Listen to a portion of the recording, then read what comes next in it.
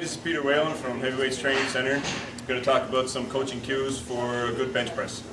You want to have good stability throughout the movement, and you want to have a deep belly breathing. Breathe from your belly, get the transfer from your heels right up to the bar, get a solid base with your back tight against the bench and your head against the bench as well. So I'm going to demonstrate proper form, and then I'm going to give some coaching cues to Josh here.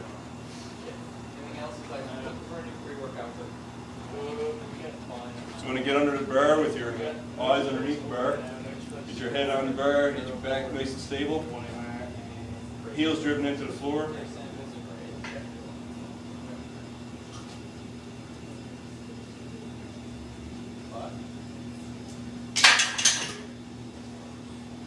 You want to make sure your lats are nice and tight and feel like you're kind of squeezing a piece of paper between your arms and your lats, and really drive up when you get down. Josh, go ahead. Well, like sometimes, like, yeah, breathing.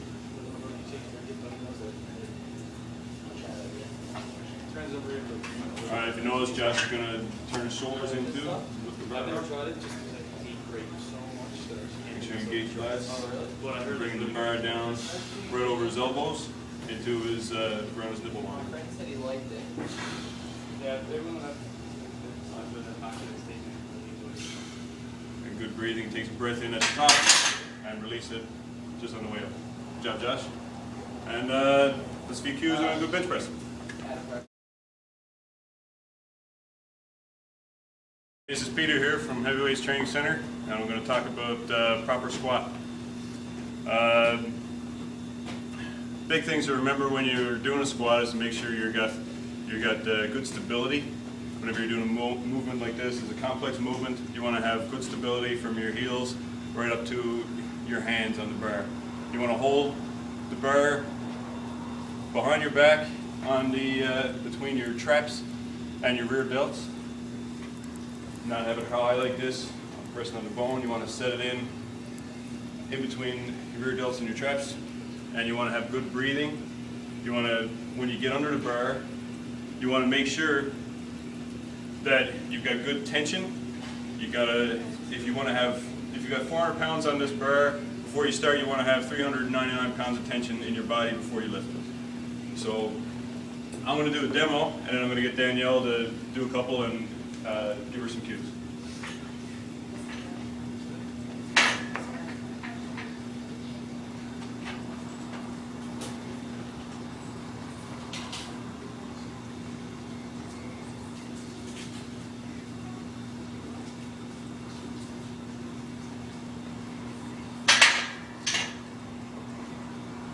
The big things there is to make sure that you've got a straight line from your lower back, upper back, and into your head. You don't want to be looking up like this.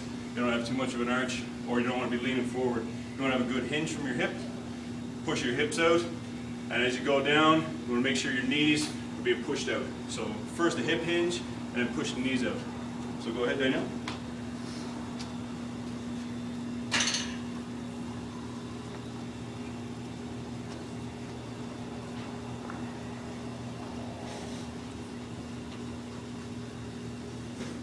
Good job, Danielle. You want to make sure you've got your feet really planted into the ground, and try to push the floor apart with your feet and grab the floor with your toes, and make sure that bar is sitting in there good between your traps and your rear delts. And give us another spot there. That's real good. Remember to keep your head down so it's not looking up, but just if you got imagine like you got a lacrosse ball under your chin as you go down. Good job. Okay, break it up. Okay, that's just a few cues. Squat is a complex movement. That's just a few good pointers to take away. Thanks.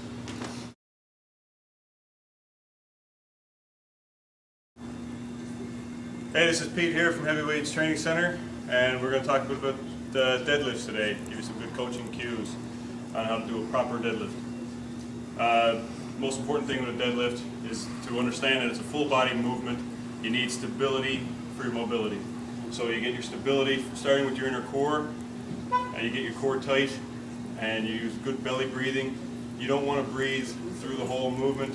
You want to hold on to the bar, keeping your core stable, hold your breath, and drive, and then exhale at the top. Take another breath, and go down, and then exhale at the top again. Proper form, you want your shoulders to be directly over your hands, and when you're on your bottom, you want to make like the figure 4, right? Like the number 4 when you're down at the bottom. You want to keep your whole upper back tight. You want to drive the floor apart with your heels and your toes. You want to grip into the floor. If you don't have minimal shoes, you want to take your shoes off so you can get good contact, good grip with the floor, grip right from your toes, and keep a good neutral position with your head.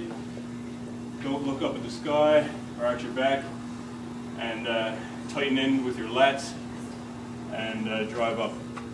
So I'm going to demonstrate, and I'm going to get John to do one for me too. So I'll demo one. I'm going to come in right to the bar, hip hinge out,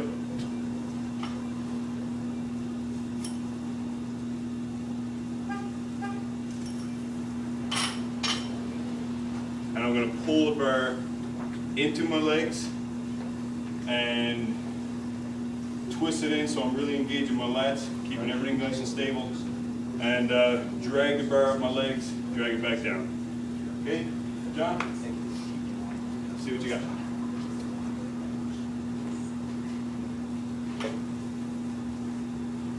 Okay, down. All right, a couple things there. You're too far away from the bar. You want to make sure that your shins are right and tight to it. And before you start to lift, make sure your back is stable, your whole body is tight. You want to take every bit of tension out so that you're actually lifting all that bar is before it leaves the ground. So your body's ready, and you've got a good tight core. Okay, let's give it another shot. Grip tight with the floor, spread the bar, drag the bar down your legs. Good job. Good work, John. Give us another one. You can see just in his shirt, as he locks it in, there you go. Good tension throughout the back.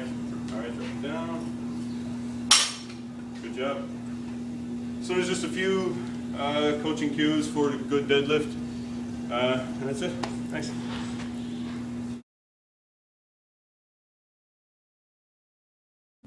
Hi, this is Peter here. I'm here at Heavyweights Training Center with Danielle. I'm going to go over some good tips for diaphragmatic breathing. That's proper breathing techniques that's crucial for anybody that's doing strength and conditioning, and anybody that's an athlete that wants to transfer what they do in the gym out onto the gridiron or the basketball court or wherever. Diaphragmatic breathing is crucial for any strength movement or achieving your maximum potential as an athlete, achieving your goals, really getting the power transferred from your feet to your hands. You need that stability in your core in order to achieve that, and that begins with diaphragmatic breathing, getting that core tight, inner core muscles tightened up. So Danielle, I'm just going to start. I'm going to just get you to take a couple of bad breaths first, get in your chest. As you can see, your shoulders are rising and she's got a lot of tension there, and that's not good if you want to do a lift or you want to put your body under a lot of stress. So instead of that, I want you to just push out from your belly, and deep belly breathing. Just breathe through your belly, and it'll tighten up from your front to back, from your pelvic floor up to your diaphragm. So just push against my hand. As you can see, belly goes out, but our shoulders stay neutral and stay relaxed and more comfortable, right? So now if you could lay down on the floor. All right, and put your knees up and just get relaxed, and I'll take a couple of deep belly breaths. As you can see, her belly's rising a bit. She's relaxed, she's neutral, but that belly is getting tightened and she's making a good balloon in her core there. So now with this good neutral position, we're going to change that and add some instability so that her core has to react and provide that stability for it. So I want you to raise your legs, okay? And now keep breathing through the belly. So it forces your body to tighten up, and she can feel it tighten up all around, right? Right from your inside your back, in front. Now we're going to introduce some more instability. I want you to raise your hands and get in that old dead bug position. So again, that's just adding more instability, causing the core to use to tighten it up more. And now go from there to introducing some band. Danielle, I want you to grab that. And now keep breathing through your belly and tighten up with your lats. Keep that whole upper body tight. There you go. So that's just a few good tips for diaphragmatic breathing. Like I said, very important for any athlete and anybody that's in the gym that wants to avoid injuries, because if you don't have a good belly breathing, you're probably going to get some back issues, some other problems, and you're never going to achieve your full potential. Thanks. Good job.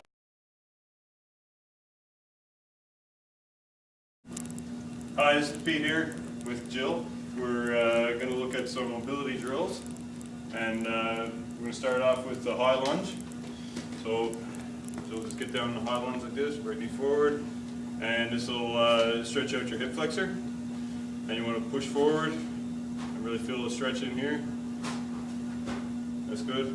And now you want to throw in some external rotation. So put your hands down here in front, and then open up take your left hand and put it over your head with your eyes watch. Just watch me. You want to have your eyes on your hand. Make sure you're doing some good belly breathing while you're doing this. Keep your core stable. Up again. Good job. Good mobility drill also is the some thoracic rotation. And we get down in the same position with the high lunge, and put your hand up to your head like you're going to answer the phone, and rotate out and point that elbow towards the ceiling. Good job, Jill. Do it again. Good job. And that's some basic mobility drills.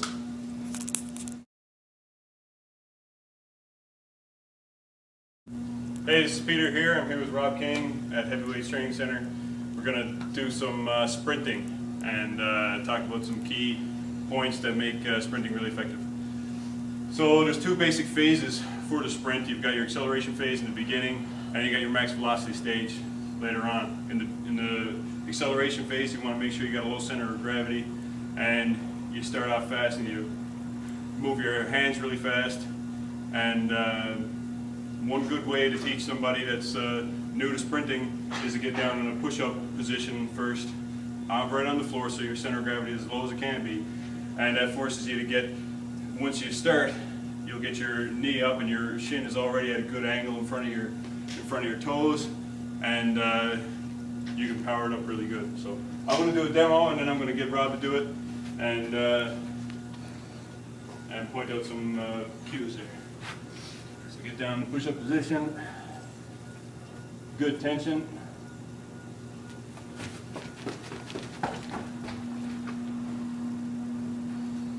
And the key at the end is to have a good deceleration pose. It's very important. It's for safety, to get to decelerate properly. Getting down low center of gravity into the lunge is a great way to do it. Okay, Rob? All right, Rob gets down in push-up position, and whenever you're ready,